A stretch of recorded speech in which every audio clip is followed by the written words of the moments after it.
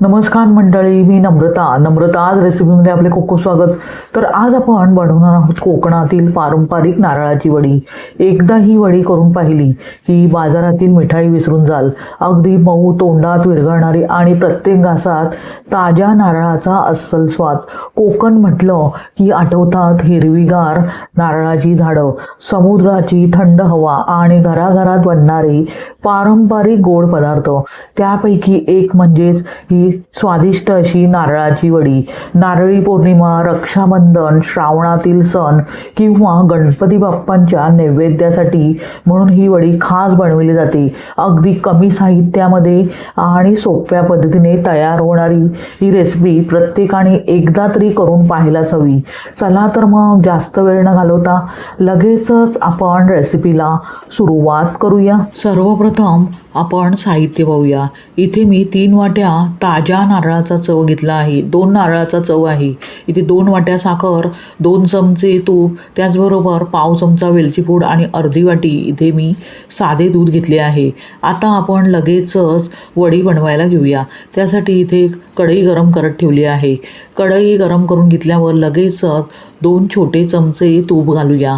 तूप थोडेसे विरघळून घेतल्यावर लगेचच आपण त्यामध्ये जो नारळाचा चव घेतला आहे 3 वाट्या, तो सर्वच्या सर्व ह्या तुपामध्ये घालूया आणि गॅसची फ्लेम लो टू मिडियम करा. सतत ढवळून अगदी त्याचा थोडासा कच्चेपणा जाईस्तोवर आणि सुवास येईस्तोवर व्यवस्थितपणे भाजून घेऊया. अशा प्रकारे नारळाचा चव तुपामध्ये व्यवस्थित भाजून घेतल्यामुळे जी नारळ वडी बनवत आहोत ती अगदी खुसखुशीत अशी तयार होते. शिवाय स्वादही त्याचा अप्रतिम असा येतो. म्हणून खोबरे अशा प्रकारे तुपामध्ये भाजून घ्यायचे आहे. त्याशिवाय ही जी नारळाची वडी आहे ती टिकण्यासही मदत होते. म्हणून नारळाचा चव साधारणतः 2 ते 3 मिनटे तुपामध्ये अगदी अशा प्रकारे त्याचे मॉइश्चर जाईस्तोवर व्यवस्थितपणे अशा प्रकारे परतून भाजून घ्यायचे आहे. 2 ते 3 मिनटानंतर पाहू शकता नारळाचा चव अगदी व्यवस्थित खमंग होईस्तोवर मी भाजून घेतला आहे.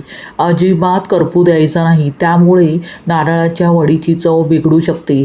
म्हणून अगदी सतत ढवळून तळाशी चिकटणार नाही आणि करपणार नाही. म्हणून अशा प्रकारे अगदी सतत ढवळून नारळाचा चव एकसारखा भाजून घ्यायचा आहे आणि त्यातील मॉइश्चर व्यवस्थितपणे काढून घ्यायचे आहे. साधारणतः 3 मिनटानंतर पाहू शकता खोबरे अगदी व्यवस्थित मी भाजून घेतले आहे आणि त्याचा सुवासही घरभर दरवळतो आहे. आता लगेचच आपण हे खोबरे एका बाउलमध्ये काढून घेऊया आणि थोडेसे कोमट करून घेऊया. आता खोबरे थोडेसे कोमट होईस्तोवर आपण इथे तुपाने एका प्लेटला ग्रेस करून घेणार आहोत. म्हणजे जे वडीचे मिश्रण तयार करणार आहोत ते लगेचच गरमागरम या प्लेटमध्ये घालून व्यवस्थितपणे थापून घेणार आहोत. त्यानंतर वड्या कापून डिमोल्ड करणार आहोत. त्यामुळे वडी डिमोल्ड करताना अगदी सोपे जाते. म्हणून तुपाने अशा प्रकारे प्लेटला ग्रीस करून घ्यायचे आहे. आता अशा प्रकारे सर्व बाजूंनी आपण व्यवस्थितपणे ब्रशने तुपाने ग्रीस करून घेतली आहे. आता ही प्लेट बाजूला ठेवूया आणि वड्या बनवायला सुरुवात करूया. आता पुन्हा त्याच पॅनमध्ये आपण अर्धी वाटी इथे रोजच्या वापरातील गाईचे दूध घेतले आहे. दूध थोडेसे कोमटच मी घेतले आहे. त्यानंतर 2 वाट्या लगेचच साखर घालूया आणि प्रथम आपण गॅस बंद करून व्यवस्थितपणे अशा प्रकारे सतत ढवळून साखर विरघळून घेऊया. साखर अशा प्रकारे सतत ढवळून विरघळून घ्यायची आहे. अजिबात तळाशी चिकटणार नाही किंवा करपणार नाही याची काळजी घेऊनच सतत ढवळून अशा प्रकारे अगदी एकसारखी साखर विरघळून घ्यायची आहे.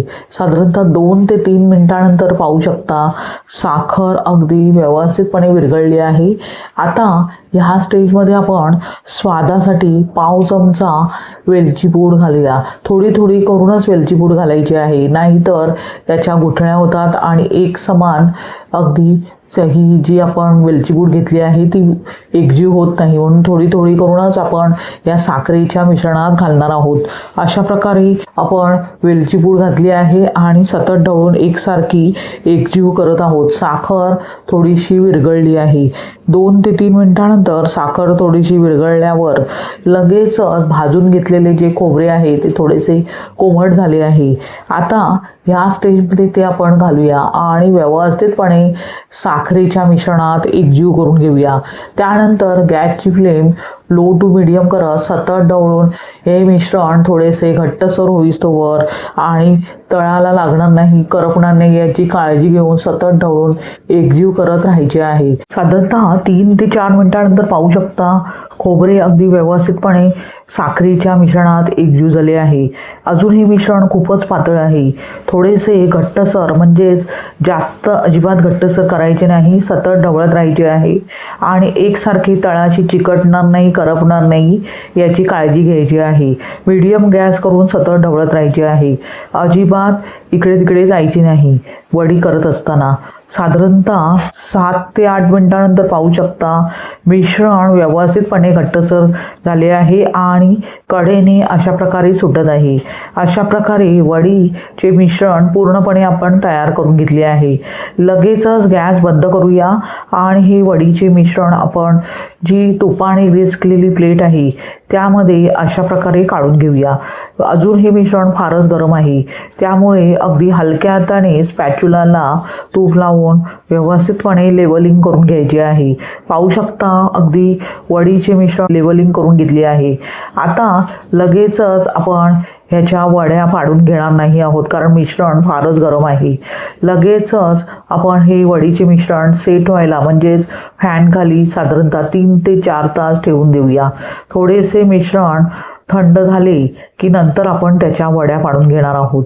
साधारणतः 3 ते 4 तासानंतर पाहू शकता अशा प्रकारे मी जे मिश्रण आपण नारळाच्या वडीचे तयार करून घेतले आहे ते व्यवस्थितपणे सेट झाल्यावर त्याच्या वड्या अशा प्रकारे कापून घेतल्या आहेत. पाहू शकता परफेक्ट अशी नारळाची वडी तयार झाली आहे. रंग किती सुरेख आला आहे आणि परफेक्ट टेक्स्चर. कोकणातील पारंपरिक हा पदार्थ आहे. आता इथे मी काही टिप्स दिल्या आहेत त्या तुम्ही पाहू शकता आणि त्याप्रमाणे ही वडी बनवू शकता.